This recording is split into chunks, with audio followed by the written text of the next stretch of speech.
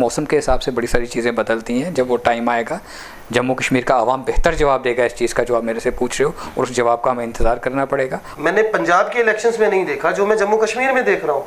हमें खुद समझ नहीं आती है जनाबे हाजरीन कि कब कहाँ से लोगों का एक बड़ा हजूम ऑफिस आ जाएगा। उनको मैनेज करना हमारे लिए मुश्किल हो रहा है, क्योंकि हमने वादा किया है कि मुख्यमंत्री भी हम अपना बनाएंगे और जम्मू से बनाएंगे। तो मेरा ये कहना है कि वक्त आएगा जब हम इतिहास रचेंगे और ईमानदारी के साथ जो पंजाब में करने जा रहे हैं वो जम्मू कश्मीर में भी करके दिखाएंगे। नमस्कार, जेके अपडेट में आपका स्वागत है। मैं हूं अश्विनी गुप्ता और मेरे साथ आज स्टूडियो में मौजूद हैं दो मेहमान, आम आदमी पार्टी के प्रवक्ता जगदीप सिंह जी, तो दूसरी तरफ हैं बीजेपी के प्रवक्ता डॉक्टर ताहिर जी। तो आज हम इनसे बात करेंगे एक हेल्दी डिबेट, जो कि आजकल जिस प्रकार से आप देख रहे हैं कि आम आदमी पार्टी को लेकर लोगों में काफ़ी हो हल्ला है, बड़ी उत्सुकता है लोगों में, तो उसी पर आज चर्चा करेंगे कि इसे बीजेपी किस प्रकार से लेती है और आम आदमी पार्टी इसे किस प्रकार से देख रही है। तो सबसे पहला सवाल जगदीप जी आपसे कि लगातार हम देख रहे हैं कि आम आदमी पार्टी की तरफ लोगों का रुझान जो है वो लगातार बढ़ रहा है, आप इसे किस प्रकार से देखते हैं? बहुत सकारात्मक ढंग से मैं इसे देखता हूँ, और जहाँ तक सवाल है, एक बड़े अप्रत्याशित ढंग से, अनएक्सपेक्टेडली जिस तरह से लोगों का बेतहाशा बढ़ता हजूम और हमें मिलता कुछ असीम किस्म का प्रेम जनमानस से, वो हमारे उससे हौसले जो हैं वो बड़े बुलंद हैं।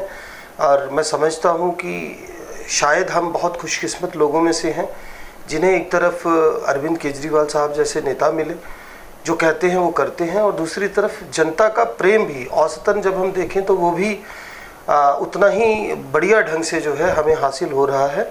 और हमारी कोशिश होगी कि हम बहुत अच्छे ढंग से और पूरी जिम्मेदारी के साथ लोगों के भरोसे को, लोगों के प्रेम को और लोगों की अपेक्षाओं को हर मंच पर, हर स्तर पर पूरा करने का भरसक प्रयास करें।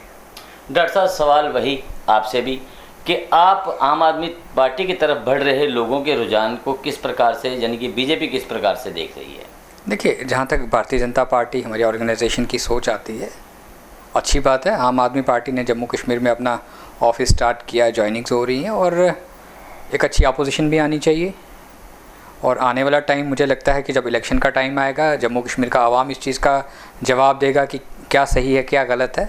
और जहाँ तक भारतीय जनता पार्टी की वर्किंग है, आप जानते हो हमारी ऑर्गेनाइजेशन का काम, हमारे कार्यकर्ता का काम करने का तरीका, हमारा जो एक सिस्टम है पार्टी का, जिस तरह से भारतीय जनता पार्टी पूरे देश में हम काम करते हैं, पूरी दुनिया की निगाह हमारे पे रहती है और पूरी दुनिया इस चीज़ को मानती है, पूरी दुनिया की बड़ी बड़ी लीडरशिप इस चीज़ को मानती है कि वाकया हिंदुस्तान में माननीय प्रधानमंत्री नरेंद्र मोदी साहब जिस तरह से देश को चला रहे हैं, जिस तरह से उनकी पार्टी काम कर रही है, हमारा काम करने का तरीका और जो है, हम अपने आवाम की हर चीज़ को पूरा करने के लिए दिन रात काम करते हैं।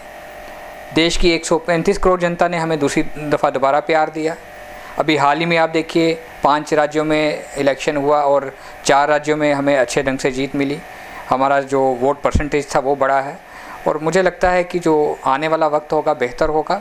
हम लोग काम करते रहेंगे, डे नाइट काम करेंगे, हमारे कार्यकर्ता काम करते हैं और पूरी ऑर्गेनाइजेशन काम करती है, और जो एक उम्मीद है, हमें बेहतर उम्मीद है आने वाले कल की, उसका इंतज़ार कर रहे हैं हम। डॉक्टर साहब, एक सवाल और, जिस प्रकार से आम आदमी पार्टी आज अगर हम बात करें जम्मू कश्मीर में दस्तक दे चुकी है, लेकिन अगर कुछ दिन पीछे या कुछ महीने पीछे अगर हम चलें तो बीजेपी बिल्कुल बेखौफ हो चुकी थी। मतलब उन्हें इस प्रकार से लगने लगा था कि मानो जम्मू कश्मीर में विपक्ष बचा ही नहीं है, और निश्चित रूप से ये बात सही भी है, कांग्रेस उस विपक्ष की भूमिका को निभा नहीं पा रही, और एनसी और पीडीपी अगर बात करें तो वो कहीं ना कहीं कश्मीर केंद्रित पार्टियां वो वहीं तक सीमित होकर रह जाती हैं। वो जानी कि धारा 370 से आगे की उनकी सोच है ही नहीं, जहां वो उस बारे आगे सोचना ही नहीं चाहते।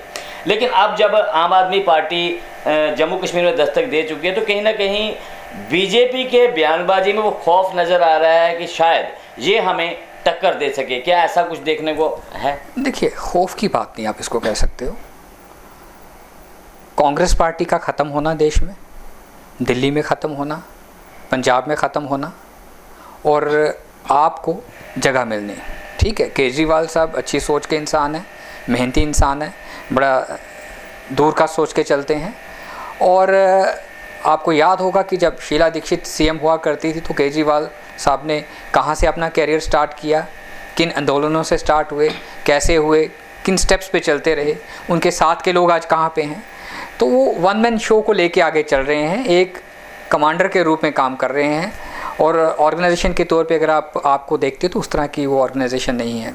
आज ठीक है उनके पास ज्वाइनिंग हो रही है, लेकिन मेरी एक चीज़ याद रखिएगा, आने वाले टाइम पे जो लोग बड़ी स्पीड के साथ ज्वाइनिंग भी कर रहे हैं उससे डबल स्पीड से ये लोग वापस भी आएंगे। पॉलिटिकल पार्टियों में ज्वाइनिंग, आना जाना, एक टीम होती है, हर स्टेट में, हर डिस्ट्रिक्ट में, हर जगह होती है। बहुत सारे पॉलिटिकल लोग ऐसे होते हैं जिनका काम ही यही होता है कि टाइम टू टाइम पे कभी एक दल को ज्वाइन करते हैं, कभी दूसरे को करते हैं। तो उस तरह के लोग हैं, ज्वाइनिंग्स चल रही हैं, अच्छी बात है, ज्वाइनिंग होनी चाहिए, लेकिन ये चीज़ें चलती रहेंगी, होती रहेंगी। जहाँ तक भारतीय जनता पार्टी का, हमारी पूरी ऑर्गेनाइजेशन का जो काम करने का तरीका है, हमें किसी चीज़ का डर नहीं है, किसी चीज़ का खौफ नहीं है। हम जैसे काम कर रहे थे वैसे ही काम कर रहे हैं और पहले से ज़्यादा स्पीड से हम लोग काम कर रहे हैं, वो कोई चीज़ नहीं है। जगदीप जी, आपके सवाल ये है कि आम आदमी पार्टी जम्मू कश्मीर में अब जब रेज कर रही है तो जम्मू कश्मीर में क्या एजेंडा रहेगा आम आदमी पार्टी का?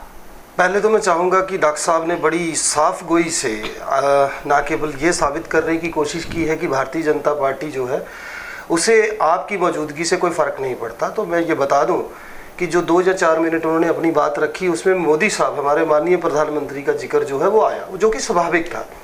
सच्चाई ये है कि जब हम बात करते हैं भारतीय जनता पार्टी की, तो कभी किसी वक्त जब विधानसभा में सिर्फ एक विधायक की जो मौजूदगी थी पार्टी की, उससे ये 11 हो गए और भूमि आंदोलन में यही आंकड़ा जो है, ख़ास तौर से प्रधानमंत्री नरेंद्र मोदी की जो ललकार रैली थी उसके बाद वो आंकड़ा 25 तक पहुंचा। लेकिन सच्चाई ये है कि जम्मू कश्मीर के अंदर भारतीय जनता पार्टी के तमाम नेताओं ने सिवाय मोदी साहब के नाम को, मोदी लहर को भुनाने के अलावा अपने, अगर हम उनके व्यक्तिगत जो उनको जिम्मेदारियां मिली या जनता का जो उनको मैंडेट मिला, विश्वास मिला, भरोसा मिला, उस पर ये कतई कहीं खरे नहीं उतरे। और आज जो ज्वाइनिंग्स हो रही हैं, ये इन्होंने ज़रूर कहा कि नेताओं का काम होता है एक पार्टी में आना फिर चले जाना या दूसरी में जाना। तो मैं इनकी जानकारी के लिए बता दूं कि नेताओं को तो हम तरजीह दे ही नहीं रहे। मैं यहाँ पे ये नैतिक रूप से ठीक नहीं होगा कि मैं कुछ बड़े ऐसे नेताओं के नाम बताऊं जो अपने आप को जम्मू कश्मीर की सियासत में सबसे बड़े तुर्रम खान समझते हैं। हमने बहुतेरे नेताओं को दरकिनार किया है, मुंह पर ना किया है उनको। और हमारे यहाँ जो ज्वाइनिंग्स हो रही हैं वो इतने ग्रास रूट लेवल पर हो रही हैं, और जो लोग हमारे पास आ रहे हैं वो सिर्फ ज्वाइन नहीं कर रहे, बल्कि अपने पिछले अनुभवों का जो है वो बड़ी साफगोई के साथ, बिना किसी लाग लपेट के वो जिक्र करते हैं। और वो अपने उन एक्सपीरियंसेस को जब बताते हैं तो हमें भी बड़ी हैरानगी होती है कि कहीं ना कहीं लोगों में आक्रोश है, गुस्सा है। और जिस तरीके से पिछली सरकार ने काम किया या जिन वादों को जो लेकर चले, जिस विकास का ये दम भरते रहे खम ठोक कर, हकीकतन वैसा कुछ नहीं हुआ। तो ये आपके पहले सवाल का जवाब है। रही बात आम आदमी पार्टी कैसे काम करेगी, तो मैं बता दूं आपको, हमारा ये एक बड़ा शिद्दत के साथ मानना है कि जो हम कहते हैं वो हम करने में लेश मात्र भी गुरेज नहीं उसमें रखते। पंजाब के अंदर जिस तरीके की ऐतिहासिक जीत मिली, डॉक्टर साहब ने जरूर ठीक कहा एक जगह कि कांग्रेस की भरपाई आम आदमी पार्टी ने की है, लेकिन उसके साथ साथ ये भी सच है कि आम आदमी पार्टी ने अपनी जगह जो है वो केजरीवाल साहब का जो अटेम्प्ट रहा दिल्ली के अंदर, तीसरी मर्तबा सरकार जो आम आदमी पार्टी की बनी, और जो मॉडल पेश किया गया, जिस तरीके के विकास कार्य जो है अनएक्सपेक्टेडली हुए, अगर मैं उन सबका जिक्र करूं तो मुझे लगता है एक बड़ी लंबी फेहरिस्त बन जाएगी। तो लोगों ने भरोसा जताया। अब पंजाब के अंदर जरूर मैं कहूँगा मरकजी सरकार की तरफ से बहुत सारी ऐसी सियासी चीज़ें जो हैं सामने आ रही हैं। मसलन आरडीएफ का 1100 करोड़ का फंड जो है वो एकाएक रोक दिया गया। बिजली 1100 कुछ मेगावाट ऊपर जाके जो बिजली है वो हरियाणा को बिना कहे दे दी गई। चंडीगढ़ को मुद्दा बना के जो है वो एक तरह का सियासी नया भूचाल खड़ा करने की कोशिश की जा रही है। लेकिन हमें पहली मर्तबा किसी समुच्चे प्रदेश की, जिसके पास, जो कि केंद्र शासित प्रदेश नहीं है और जिसके पास अपनी अथॉरिटीज़ है, मौका मिला है। तो मैं दावे के साथ कहना चाहूँगा कि पंजाब में जो आम आदमी पार्टी ने वादे किए थे वो न केवल पूरे उतरेंगे, उनका सीधा असर जो जम्मू कश्मीर में अभी से दिखने लगा है वो आने वाले दिनों में परवान चढ़ेगा और सिर चढ़कर बोलेगा। डॉक्टर साहब, जैसा कि जगदीप जी ने आरोप लगाए सीधे सीधे भारतीय जनता पार्टी लोगों की उम्मीदों पर खरा नहीं उतर पाई, तो कहीं ना कहीं वही कारण है आम आदमी पार्टी अगर जम्मू कश्मीर में सर्वाइव कर रही है तो इसके पीछे नाकामी बीजेपी की रही, आप किसे क्या मानते हैं? नहीं, देखिए, भारतीय जनता पार्टी की कोई नाकामी नहीं रही। हम लोगों ने सीट्स निकाली, हम लोगों ने सरकार बनाई, पीडीपी के साथ सरकार बनाई और सरकार गिराई भी हम लोगों ने। देखिए, अगर हम लोग सरकार के पावर के भूखे होते भारतीय जनता पार्टी के लोग, तो हम लोग पूरा टेन्योर ख़त्म चलाते सरकार को। और जब हमने सरकार गिराई तो मुझे लगता है पीडीपी वालों को मालूम भी नहीं था कि आज के दिन 12:30 बजे सरकार गिरेगी, क्योंकि हम जिस रास्ते पे चलते हैं, जिस सोच के हम लोग हैं भारतीय जनता पार्टी के, हम कुछ असूलों पे कंप्रोमाइज़ नहीं कर सकते। ये चीज़ जम्मू कश्मीर का आवाम जानता है, जम्मू का आवाम जानता है। चीफ मिनिस्टर हमारी नहीं थी, पीडीपी की थी, और जिसकी चीफ मिनिस्टर होती है, जिसका चीफ मिनिस्टर होता है, उनके हाथ में सारी चीज़ें होती हैं। हम लोग उनके अलायंस पार्टनर थे। देखिए, प्रधानमंत्री साहब जो जम्मू कश्मीर के लिए सोचते हैं और जब उनको लगता है कि यहाँ के अवाम के लिए चीज़ बेहतर होगी तो उन चीज़ों पे फैसले भी लिए जाते हैं। वाकई में हकीकत है इस चीज़ का, चाहे हमारे यहाँ प्रेसिडेंट की बात करो, चाहे हमारी यहाँ की लीडरशिप की बात करो, चाहे सेंटर की लीडरशिप की बात करो। 70 साल में पहली बार जम्मू कश्मीर में जो चीज़ें की गई हैं डेवलपमेंट को लेके, चाहे उसमें अब मेडिकल कॉलेजेस की बात करो, चाहे एयरपोर्ट्स की बात करो, रेलवे की बात करो, रोड्स की बात करो, वाकई में हकीकत में चीज़ें हुई हैं और इस चीज़ को आवाम जानता है। लेकिन डॉक्टर साहब, एक चीज़ बताएं कि आज केंद्र में सरकार बीजेपी की है, जम्मू कश्मीर में अगर केंद्र शासित प्रदेश बनाया गया है तो उपराज्यपाल भी केंद्र से ही नियुक्त होकर आए हैं, तो सीधे नहीं, अगर आप रूप से ही हम कहें तो कहीं ना कहीं उपराज्यपाल भी बीजेपी के ही हैं। अब अगर बात आती है तो जम्मू कश्मीर का युवा आज सड़कों पर क्यों है? क्यों बार बार यही बात कही जा रही है कि हम बेरोजगारी को ख़त्म कर रहे हैं, हम युवाओं को रोज़गार दे रहे हैं, हम इतने करोड़ का पैकेज आ रहा है, लेकिन ज़मीन पर युवा जो है वो आज भी सड़क पर है, उसका कारण क्या है? देखिए, पहली तो आपको एक चीज़ कर दूं कि एलजी साहब सिर्फ बीजेपी के नहीं हैं, इस चीज़ को आप कहना छोड़ दीजिए। एलजी साहब पूरे जम्मू कश्मीर के हैं, पूरे जम्मू कश्मीर के अवाम के हैं, अवाम के लिए काम करते हैं और बड़े बेहतर तरीके से वो काम कर रहे हैं। उनकी एडमिनिस्ट्रेशन बहुत अच्छे ढंग से काम कर रही है। जहाँ तक यूथ के प्रोटेस्ट की बात आती है, युवा सड़कों पे हमें दिखता है। बहुत सारी चीज़ें हैं, बहुत सारी चीज़ों से हम लोग गुजरे हैं जम्मू कश्मीर में। बहुत सारे पुरानी चीज़ें, पुराने ब्लंडर, बहुत कुछ हुआ है। उन चीज़ों को सुधारने के लिए, उनको ठीक करने के लिए सरकार पूरी तरह से देख रही है, एलजी साहब देख रहे हैं और मुझे लगता है ये चीज़ें लंबा टाइम तक नहीं चलेंगे प्रोटेस्ट। ये सारी चीज़ें ट्रैक के ऊपर आएंगी, प्रॉपर ढंग के साथ, मान सम्मान के साथ इन लोगों के इश्यूज़ को सेटल किया जाएगा। ऐसी कोई बात नहीं। जगदीप जी, उन्होंने कहा कि जम्मू कश्मीर में बहुत कुछ किया गया, तो इस पर आप क्या कहेंगे? कहावत है, आप डाल डाल तो मैं पात पात। मैं शुरुआत वहीं से करूंगा जहां इन्होंने मोदी साहब का जिक्र करते हुए ये कहा कि हमने सरकार गिरा दी। आपको याद होगा जब प्रधानमंत्री हमारे, तब भावी प्रधानमंत्री हुआ करते थे, तो तब जब कठुआ में रैली हुई थी तो ये उनका कथन था कि बाप बेटे और बाप बेटी की सरकारें यहाँ पर रही हैं। बाद में इन्होंने, इन्हीं भारतीय जनता पार्टी के लोगों ने त्रिशंकु जनादेश का हवाला देते हुए जरा सा भी संकोच नहीं किया और आनन फानन में सरकार बना ली। बाद में गिराने का जो ये कह रहे हैं कि उनको पता नहीं था हमने गिरा दी, तो मेरा ये मानना है कि सत्ता सुख तो भोग लिया, जनता से जो वादे किए गए, ये सच्चाई है। ये जो मोदी लहर पर सवार होकर ये जो 25 नुमाइंदे विधानसभा पहुंचे थे, उनमें से बहुतेरे तो ऐसे थे जिनको अपने इलाके में, अपने कस्बे में, अपने मोहल्ले में भी लोग नहीं जानते थे। लोगों ने मोदी साहब की लोकप्रियता को देखते हुए वोट किया था। और जब ये दूसरी बात अभी आपने बेरोजगारी की, मैं आपसे और मैं हमारे डॉक्टर साहब से भी पूछना चाहूँगा, आप जिस विषय विशेष पर बात करें, आपको पता होगा तभी की बात करते हैं। साबरमती की तर्ज पे इसको बहुत बढ़िया करने की दावे ठोके गए। आप कृत्रिम आर्टिफिशियल लेक की बात कर लेते हैं, आप रघुनाथ बाजार का जो जीर्णोद्वार था उसकी बात कर लेते हैं। मुबारक मंडी में काम चल रहा है, लेकिन किस पेस से चल रहा है वो आप भी जानते हैं। टूरिज्म पर हम खड़े थे, टूरिज्म को किस तरह से हाशिए पर ला खड़ा किया गया, कैसे दृष्टिकोण को लेकर इनके नेता आगे बढ़े, ये जग विदित है। उसी तरह से आप बेरोजगारी की बात करते हैं। आप मुझे बताइए, आज पूरे देश के अंदर जितने सेंटर्स हैं हमारी, न केवल भारतीय सेना के बल्कि अर्धसैनिक बलों के, सब खाली पड़े हैं। जिन बच्चों को भर्ती किया गया, जिनका सारा कुछ फाइनल हो चुका था, वो बच्चे आज यहाँ पे लाठियां खा रहे हैं। जम्मू शहर तो विरोध प्रदर्शनों और धरनों का शहर बना के छोड़ा इन लोगों ने, और आज ये कहते हैं कि हमने बहुत बेहतरीन काम किया, हमने बड़ी एग्जाम्पल सेट की। तो आज का जो आम आदमी है वो बहुत स्मार्ट है, क्योंकि उसके हाथ में स्मार्टफोन है। तो मैं ये बिल्कुल बिना निसंकोच कहना चाहूँगा कि मोदी साहब का जो उनकी लोकप्रियता थी, जिसको आधार बनाकर लोगों ने उनके प्रति विश्वास जताया था, उसका सत्यानाश करके रख दिया भारतीय जनता पार्टी के नुमाइंदों ने इस प्रदेश के अंदर। और इसका नुकसान जो है आप देखिएगा आने वाले दिनों में दिखेगा। लेकिन अगर आप बात करते हैं, आप मोदी लहर पर सवार होकर बीजेपी ने अगर सरकार बनाई, बीजेपी के 25 नुमाइंदे आगे आए, तो कहीं ना कहीं केजरीवाल लहर पर भी सवार होकर ये भी कहा जा रहा है आज जम्मू कश्मीर में अगर लोग एक बल्क में आ रहे हैं तो वो भी उसी नाम उसी लहर के हवाले से ही आ रहे हैं। मैं जवाब दूंगा आपको याद होगा जब पंजाब में सरकार बनी, पहली तो बात यह है कि आपकी नीयत कैसी है। दूसरी बात, बिल्कुल ठीक कहा आपने, केजरीवाल साहब को ही जो है एक तरह का मैंडेट जो है पंजाब के लोगों ने दिया। लेकिन आपको मैं ये भी बता दूं कि पहले दिन जब केजरीवाल साहब ने अपने पंजाब की कैबिनेट की मीटिंग ली तो उसमें उन्होंने 2 टुक बोला था कि अगर कोई मंत्री अपने आप अपनी कुर्सी को पक्का समझता है तो वो ये वहम, ये मुगलाता अपने दिमाग में से निकाल दे। तब यही लोग इल्जाम लगाते हैं कि जी हमने तो पहले कहा था पंजाब की सरकार दिल्ली चलाएगी। तो मेरा ये कहना है कि ये सच है कि केजरीवाल साहब को ही लोग जो हैं एक अगला प्रधानमंत्री, भावी प्रधानमंत्री की निगाहों से देखते हैं। और इस बात में भी कोई दो राय नहीं है जो आपने सवाल किया कि अगर मोदी साहब की लोकप्रियता को जम्मू में भाजपा के नेताओं ने बुनाया तो केजरीवाल साहब की लोकप्रियता जो है वही आगे आ रही है। लेकिन कारण फर्क कहां है? जो क्रॉस चेक चाहिए था मरकजी सरकार का, जो इन लोगों के ऊपर आप देखिए, मैं आपको अब ज़्यादा इसको मैं समय की कमी होती है, यहाँ छोटा प्रोग्राम है, लेकिन आप स्वास्थ्य सुविधाओं की बात कर लीजिए, आप टूरिज्म की बात कर लीजिए, आप अनएम्प्लॉयमेंट की बात कर लीजिए, आप करप्शन की बात कर लीजिए।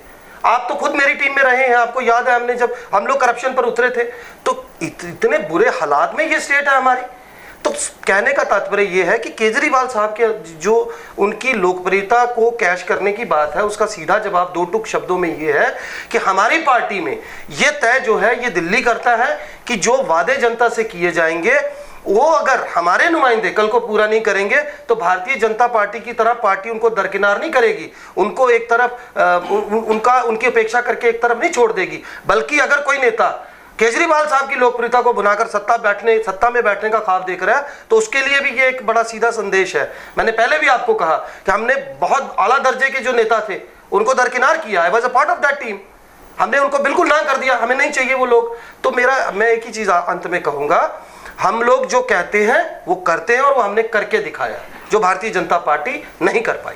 आज ही मैं एक इंटरव्यू ले रहा था, वहाँ पर एक महिला आ गई उस इंटरव्यू के दौरान, तो उन्होंने वो शायद केंद्रीय विद्यालय से किसी रिटायर्ड प्रिंसिपल थी, तो उन्होंने वहाँ पर एक सवाल उठाया। उन्होंने कहा कि जिस प्रकार से अगर हम बात करें अरविंद केजरीवाल जी लगातार फ्री फ्री फ्री का राग अलाप रहे हैं, तो कहीं उनके द्वारा फ्री दिया गया सामान जिस प्रकार से आज श्रीलंका की हालत है, कहीं जम्मू कश्मीर के उन राज्यों की हालत भी वैसी ना हो जाए जहां पर आम आदमी पार्टी की सरकार है, तो उनका भी कहीं ना कहीं उन्होंने ये बिल्कुल इंगित किया कि जिस प्रकार से श्रीलंका ने चाइना से लोन लेकर उस लोन का सही उपयोग नहीं किया, उसे गलत प्रोजेक्ट में लगाया, आज वहाँ भुखमरी की नौबत आ गई है। वही चीज़ जिस प्रकार से केजरीवाल साहब बिजली फ्री, पानी फ्री ये दे रहे हैं, तो क्या सरकार के पास इतने सोर्सेज हैं कि वो उसको पूरा कर सके? देखिए, मैं ऐसे लोगों की मानसिकता पर मुझे अफसोस होता है और मैं आपको भी कहूँगा कि आपका भी होमवर्क पूरा नहीं है। आपको ये समझना होगा। पहली बात तो ये है कि जिस मुफ्तखोरी का ये आरोप लगाते हैं, मैं इनसे सवाल पूछना चाहता हूँ, जो प्रदेश आधे देश को बिजली दे रहा हो, जिस दरिया चिनाब का गाढ़ा पानी कितने हजार लाखों मेगावाट टन बिजली पैदा करता हो, वहाँ पे बिजली पे लोड शेडिंग के नाम पे 18-18 घंटे के कट हैं। पहली बात, पानी आप किसी पहाड़ी इलाके में चले जाइए, लाखों गैलन पानी आपको जो है नाहक जो है बर्बाद होता दिखेगा, लेकिन घर की टूटियों में, नलों में पानी नहीं है। अब सवाल है मुफ्तखोरी का। तो भाई साहब, मैं आपकी जानकारी के लिए बता दूं, लोग सरकार चुनते क्यों है भाई? पहली बात तो ये है, लोग चाहते हैं कि जब हमने किसी पे भरोसा जताया, उसको हमने सत्ता असीम किया, वो हमारी बुनियादी जरूरतों का ख्याल रखे। दूसरी बात, भारत, आपने श्रीलंका का जिक्र किया, मैं आपको बता दूं, भारत विकासशील देशों की श्रेणी में आता है, लेकिन जो विकसित हो चुके देश हैं वहां पे सोशल सिक्योरिटी किसी चिड़िया का नाम है? और ये सरकार तय करती है कि लोगों की बुनियादी जरूरतें हम कैसे पूरे करेंगी। अब सवाल ये है, एनएचपीसी को आपने यहाँ के जितने प्रोजेक्ट्स है सारे उसके हवाले कर दिए, पूरे देश में आप बिजली सप्लाई कर रहे हैं, लोगों को आप दे नहीं रहे। दूसरा जो मैंने आपको होमवर्क के लिए कहा, इसे आपको समझना पड़ेगा, हमने मुफ्त बिजली की बात नहीं की है, हमने 200 यूनिट बिजली की बात की है, और उसके पीछे कारण है। दिल्ली में हमने ये प्रैक्टिकली करके देखा है, जब मसलन आप ही के घर में बिजली की बात होती है, आपको पता है कि अगर 200 यूनिट फ्री होगी तो आप ध्यान रखेंगे उससे बिजली की किफायत हुई, बिजली की बचत हुई। लोगों को पता था कि अगर 200 यूनिट से ऊपर हम गए तो हमें चार्जेस लगेंगे। तो हमने ना केवल बिजली की बचत की, बल्कि हमने लोगों को यह भी बताया कि सरकार कहते किसे। डॉक्टर साहब, आप इनके जवाब से संतुष्ट हैं? देखिए, बहुत सारी चीज़ें हैं। आम आदमी पार्टी की एक सीधा सा फोकस है किस कैटेगरी के लोगों को टारगेट करना है, और ये उन्हीं को टारगेट करने की कोशिश करते हैं। दिल्ली में भी इन्होंने किया, पंजाब में भी किया, और जम्मू में भी उन्हीं लोगों को टारगेट किया जाएगा, जहाँ तक मुझे लगता है इनकी वर्किंग के सिस्टम का। लेकिन जम्मू कश्मीर की जो सियासत है, जम्मू कश्मीर का जो सिस्टम है, बड़ा डिफरेंट है। ये ना तो पंजाब है, ना तो ये दिल्ली है। जब यहाँ पे ग्राउंड के ऊपर ये लोग काम करेंगे आने वाले टाइम पे, इनको खुद एहसास हो जाएगा कि आप कहाँ पे काम कर रहे हो और यहाँ का आवाम क्या चाहता है, कौन सी वर्किंग चाहता है, कौन सा सिस्टम देखता है। और दिल्ली और पंजाब से आप जम्मू को कंपेयर नहीं कर सकते। आपने देखा बाकी भी 4 राज्यों में इन्होंने इलेक्शन लड़ी हैं, वहाँ के हालात, वहाँ के आवाम ने इनको जवाब दिया। और यहाँ पे भी आने वाले टाइम पे देखिए अश्विनी जी, हमेशा हर चीज़ को उस नज़र से मत देखो आप, 200 यूनिट फ्री या ये फ्री या वो फ्री। मैं आपको एग्जांपल दूंगा, ब्राज़ील के पास एक कंट्री है और बहुत रिच कंट्री थी, छोटी सी कंट्री थी, और वहाँ पे इतने नेचुरल रिसोर्सेज थे, diamonds, gold, silver, gases, petroleum, diesel, सब कुछ निकलता था। कंट्री की सरकार का क्या था कि सब कुछ फ्री दिया जाता था अपने आवाम को, स्कूल, एजुकेशन, हेल्थ, ये हर चीज़ टैक्स फ्री रखा हुआ था। मंथ में, वीक में छुट्टियां दी जाती थी, पूरी कंट्री एंजॉय कर रही थी। आज उस सब कंट्री की हालत देखो कि भुखमरी के कंगाल पे वो कंट्री भी आ गई। तो फ्री देने का सिस्टम नहीं चलता है। ये चीज़ें आने वाले टाइम पे केजरीवाल साहब भी सुधारेंगे ये चीज़ें, अपनी आदतें, क्योंकि अभी वो अपनी पकड़ बना रहे हैं, ठीक है ना। हर किसी का प्लानिंग होता है, उनकी अपनी सोच है, उन चीज़ों पे काम कर रहे हैं। लेकिन आने वाला टाइम है, जम्मू कश्मीर का इलेक्शन का जब टाइम आएगा, बहुत सारी चीज़ें आपको क्लियर हो जाएंगी। मुझे लगता है उस टाइम पे फिर मैं और भाई साहब और आप बैठेंगे, इन चीज़ों के ऊपर फिर चर्चा करेंगे, वो ज़्यादा बेहतर टाइम होगा। जगदीप जी, आप इस पर क्या कहेंगे? डॉक्टर साहब बड़ी संजीदा किस्म की शख्सियत है। देखिए, इन्होंने एक एग्ज़ाम्पल देके बताया, लेकिन मैं फिर आपको ये कहना चाहूँगा आपके इस मंच के माध्यम से, सरकार की कुछ जिम्मेदारियां होती। मुफ्तखोरी का इल्ज़ाम ये अगर हम पे लगा के हमें ये बताने की कोशिश कर रहे हैं कि आप लोगों को भरमा रहे हैं। मैं आपको बता दूं, आज से 2 महीने पहले मेरी एक प्रेस कॉन्फ्रेंस में आप भी मौजूद थे, जब मैंने डंके की चोट पर यह कहा था कि नाही की गाइडलाइंस कहती हैं कि 60 किलोमीटर की कम दूरी के बीच आप टोल स्थापित नहीं कर सकते। आज इन्हीं के इतने बड़े मंत्री जो है, आज से 1 हफ्ता पहले उन्होंने बोला जी हम जो 60 किलोमीटर से कम की दूरी के बीच के टोल है वो बंद कर देंगे। मेरा सवाल है कि ये क्या अंधेरे में ही ये सरकार चलाए जा रहे हैं? इनका इतना भी होमवर्क नहीं था? चमड़ी छीलना, लोगों की चमड़ी उतारना और कर वसूलना, ये 2 अलग अलग बातें हैं। जब आप सुबह उठते हैं ना जनाबे हाजरीन, तो जो टूथपेस्ट आप यूज़ करते हैं उससे लेकर रात सोते तक आप जो भी इस्तेमाल करते हैं उसमें आप कर पहले से दे रहे हैं। हमारा सिर्फ इतना कहना है, जब हमें उस खुदा ने, उस ईश्वर ने अपनी इतनी नेमतों से नवाजा है, हमारी सड़कों पे आप जाके देखिए हालत, जबकि अगर हमें सड़क बनानी है तो आपको ना तो पत्थर की ज़रूरत है, वही पहाड़ से गिर के नीचे आ रहा है, ना आपको बाकी का कंस्ट्रक्शन मटीरियल की ज़रूरत है, लेकिन आप सड़कों की हालत देखिए। बिजली की बात मैं पहले कर चुका हूँ। तो सवाल ये है कि सिर्फ आप दूसरी पार्टी पे या उसकी आइडियोलॉजी पे, अच्छा चलिए मुझे एक बात बताइए, आज आपके रविंदर रैना साहब क्यों बोल रहे हैं जी कि हम बिजली और पानी जो है फ्री देंगे? इट मीन्स कि उन्होंने ये मान लिया ना कि केजरीवाल साहब की नीति सही है। नहीं, मैं बात क्लियर कर दूं। रविंदर रैना साहब ने ये नहीं कहा कि हम बिजली पानी फ्री देंगे। उन्होंने ये चीज़ कही, जिन गरीब लोगों के बहुत ज़्यादा बिल पेंडिंग हो चुके हुए हैं, उनके ऊपर बोझ बना हुआ है, उस चीज़ को हम माफ़ करेंगे। माफ़ वाला बात नहीं की, गरीब लोगों की बात की हमने, जिन लोगों के किसी का 25,000 का बिल पेंडिंग है, उसके लिए 25,000 2.5 लाख रुपए के बराबर है, किसी का 50,000 का बिल है, उसके लिए 5 लाख के बराबर है। उन परिवारों के लिए हमने बात की, जो उस तरह के परिवार हैं, उनके लिए जब सरकार बनेगी हम उनके वो सारे बिल माफ़ करवाएंगे। ये बात रविंद्र रैना साहब ने की, उसको घुमा के, देखिए मीडिया के लोग हैं, बहुत सारी चीज़ें घुमाई जाती हैं, घुमा के पेश की जाती हैं। भाई साहब भी मीडिया के हेड रहे हैं, ये बहुत अच्छे खिलाड़ी हैं, आपने इन्होंने खुद मेरे इंटरव्यू किए हुए हैं, तो ये चीज़ें घुमाई जाती हैं। रविंद्र रैना साहब बड़े सुलझे हुए इंसान हैं, जो बात करते हैं बड़े ठोक बजा के करते हैं, और उनकी कही हुई बात पत्थर पे लकीर होती है। उन्होंने ये बात कही है, इंशाल्लाह हमारी सरकार बनेगी, जम्मू कश्मीर का जितना गरीब अवाम है उनके ऊपर बिजली पानी के जो पेंडिंग उनके ऊपर कर्जे हैं वो हम लोग माफ़ करवाएंगे। वो बात उन्होंने कही है, वो हम करेंगे। जी राज, देखिए अब इस बात को और मैं खींचना नहीं चाहूँगा, मैं सिर्फ इतना ही कहना चाहूँगा पूरी ईमानदारी के साथ जो मेरा मानना है। एक देखिए, जब हमारा संविधान लिखा गया तो उसमें भी कहा गया लोगों की सरकार, लोगों द्वारा चुनी गई सरकार, लोगों के हितों के लिए सरकार। तो देखिए बात यह है कि अगर हमारा आम आदमी हलकान है, परेशान है, जैसे मैंने टोल प्लाजास का जिक्र किया, मैं खुद भुक्तभोगी रहा हूँ, मैं अक्सर कई बार ये बात बोल चुका हूँ कि हमारे जम्मू संभाग में आपको पता है स्वास्थ्य सुविधाओं का क्या हाल है। इकलौता हॉस्पिटल है जहाँ पे थोड़ा सलीके से इलाज होता है। जनाबे हाजरीन, हज़ारों लोग हैं जिनको सिर्फ ज़िंदा रहने के लिए 4 से 5 हज़ार रुपये का टोल जो है हर महीने देना पड़ता है, चाहे डायलिसिस की बात हो या कीमोथेरेपी की बात हो। तो हमें ये मानना पड़ेगा, सच्चाई यही है, मोदी साहब ने जितना प्रेम लोगों के बीच बनाया था, मैं अपनी बात करता हूँ, आपको भी याद होगा अश्विनी जी कि जिस शख्स ने पूरे देश में नोटा लाया, जब वो हमारे दफ्तर में आया, भारद्वाज नाम था ना शायद उनका, तो आप ही वो शख्स थे जो उनको मेरे पास लेकर आए थे। तो पहली मर्तबा, मैंने भी कभी वोट नहीं किया था, मैं इस कैमरे पे बोल रहा हूँ, पहली मर्तबा जब मैंने वोट किया था तो मैंने मोदी साहब को वोट किया था। लेकिन हकीकतन उनके भरोसे को उन्हीं के लोग बनाए नहीं रख पाए। आज आम आदमी परेशान है, चाहे वो बेरोजगार लोग हैं, चाहे वो नौकरीशुदा बेरोजगार लोग हैं, चाहे वो बात महंगाई की हो, चाहे वो बात आज की जो परिस्थितियां हमने सारी ओवरऑल बनाई हैं विकास की हो। तो सच्चाई ये है, हाँ लीक से परे जाने की कोशिश है, ध्यान भटकाने की कोशिश है। अब ये कश्मीर फाइल वाला मैं अब लंबा हो जाएगा सिलसिला।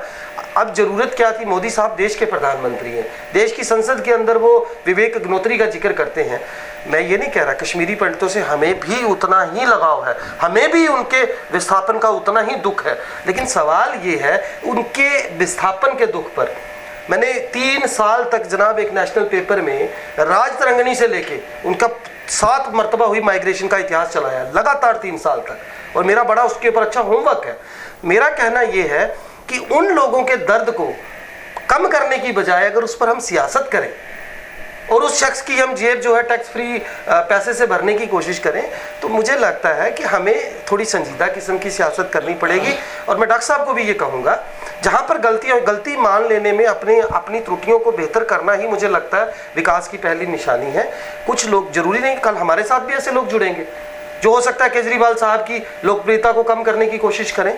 तो मुझे लगता है कि इनको भी मनन की ज़रूरत, गहन मनन की ज़रूरत है कि हमने जो लोगों से भरोसे जीतने के लिए जो वादे किए थे, अगर हम उस पर कहीं ये कह सकते हैं कि पैरामीटर थोड़े कम होंगे, इनकी डिग्री थोड़ी कम होगी, मैं ज़्यादा कह रहा हूँ, लेकिन कहीं ना कहीं आज का आमजन खुद को ठगा हुआ महसूस कर रहा है। तो ऐसे में मुझे लगता है आज जम्मू कश्मीर के लोगों को एक हेल्दी विपक्ष के तौर पर आम आदमी पार्टी नज़र आ रही है। और मैं दावे के साथ ये आपको बता दूं कि आने वाले चुनाव में, विधानसभा चुनाव में समीकरण जो है सियासी, वो बिल्कुल डिफरेंट होगी। डॉक्टर साहब चलते चलते लास्ट का सवाल, जिस प्रकार से जगदीप जी ने कहा कि आने वाले विधानसभा चुनाव में जो समीकरण अलग नज़र आएंगे और कहीं ना कहीं विपक्ष की भूमिका में आम आदमी पार्टी भाजपा को सामने नज़र आ रही है, तो इस पर देखिए, मैंने आपको पहले ही इस चीज़ को क्लियर कर दिया।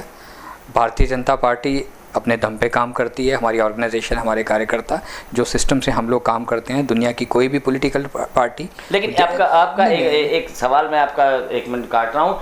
बीच में जगदीप जी ने एक बात कही थी, वो मैं शायद आपको कहना भूल गया, कि उन्होंने कहा था कि मैंने भी वोट मोदी जी को डाला था। तो कहीं ना कहीं आपका एक वोट कम होता हुआ यहाँ पे स्टूडियो में ही नजर आ रहा है। देखिए, बहुत सारी चीज़ें होंगी, मौसम के हिसाब से बड़ी सारी चीज़ें बदलती हैं। जब वो टाइम आएगा, जम्मू कश्मीर का आवाम बेहतर जवाब देगा इस चीज़ का जो आप मेरे से पूछ रहे हो, और उस जवाब का हमें इंतज़ार करना पड़ेगा। उस दिन बैठ के दोबारा एक हेल्दी डिस्कशन करेंगे, मुबारक देंगे जिसकी सरकार बनेगी। हमारी पूरी उम्मीद है हम इंशाल्लाह कामयाब होंगे। हमने बहुत सारे वादे जम्मू कश्मीर के आवाम के साथ किए हैं। जब हमारी सरकार बनेगी वो वादे हमें पूरे करने हैं। और मुझे याद है, इस चीज़ का एहसास है कि जम्मू का आवाम इस चीज़ को जानता है। वो पूरी तरह से भारतीय जनता पार्टी को मौका देगा और हमें सरकार बनाने के लिए, क्योंकि हमने वादा किया है कि मुख्यमंत्री भी हम अपना बनाएंगे और जम्मू से बनाएंगे। जगदीप जी, लास्ट सवाल आपसे। जिस प्रकार से कल आपके ऑब्जर्वर प्रदीप मित्तल जी ने कहा है कि बीजेपी को 50 सीटों की ज़रूरत है तो वो 50 की बात करते हैं, लेकिन हम 90 में से 80 सीटें जीतकर सरकार बनाएंगे, तो इस पर आप क्या कहेंगे? देखिए, सरेंडर तो पहले ही कर दिया गया ना, ये तो इस पर तो कुछ कहने के लिए मुझे लगता नहीं कि कुछ मुझे भूमिका बनाने की ज़रूरत है। हमारे मित्तल साहब ने जो कहा है बिल्कुल पत्थर की लकीर है, और मैं दावे के साथ आपको कह रहा हूँ, और ऐसे नहीं कहा गया, क्योंकि मैं आपको बता दूं कि इतना बड़ा सियासी भूकंप मैंने पंजाब के इलेक्शंस में नहीं देखा जो मैं जम्मू कश्मीर में देख रहा हूँ।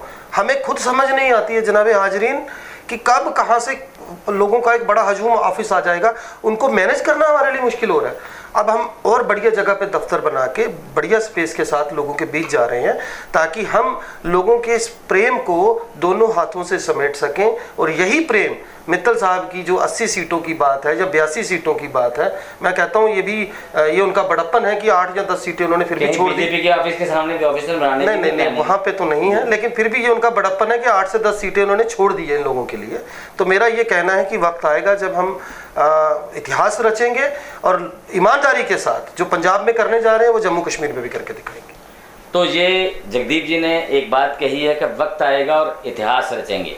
अब देखना ये है कि विधानसभा चुनाव कब तक ऐलान किया जाता है, और जब ऐलान होता है तो इतिहास कौन रचता है, आम आदमी पार्टी या भाजपा। अब उस समय आएगा और तब देखेंगे। फिलहाल आप दोनों का स्टूडियो में बहुत बहुत आने के लिए धन्यवाद, और मुझे अश्विनी गुप्ता को दें इजाज़त, और आप देखते रहें जेके अपडेट। जेके अपडेट रहे हमारे साथ। अगर आप ये वीडियो YouTube पर देख रहे हैं तो हमारे YouTube चैनल को सब्सक्राइब करें और बेल आइकन को क्लिक करें। अगर आप ये वीडियो Facebook पर देख रहे हैं तो हमारा Facebook पेज लाइक जरूर करें। For advertisement please contact 7051091811।